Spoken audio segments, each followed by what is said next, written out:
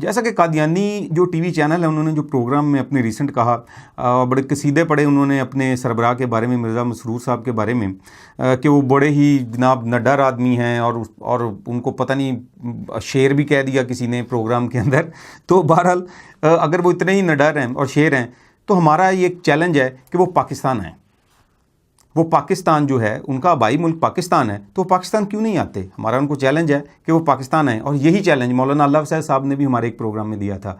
जी नाज़रीन, अब हम देखेंगे कि कादियानी जमात जो है वो ये चैलेंज जो है उसको पूरा करती है कि नहीं। वैसे हमें पूरा यकीन है कि वो नहीं कर सकते, क्योंकि जो उनके मज़हब के बानी हैं, जो उनकी जमात के जो बानी हैं, उन्होंने बड़े बड़े अपनी ज़िंदगी में मिर्ज़ा ग़ुलाम कादियानी ने चैलेंज दिए और बड़े बड़े मुबालों को चैलेंज दिए, वो कभी भी उसमें पूरा नहीं उतर सके। तो हम ये गुजारिश करेंगे कादियानी जमात से और ख़ास तौर पर कादियानी टीवी चैनल से कि वो बराए मेहरबानी इस चैलेंज को पूरा करके दिखाएँ।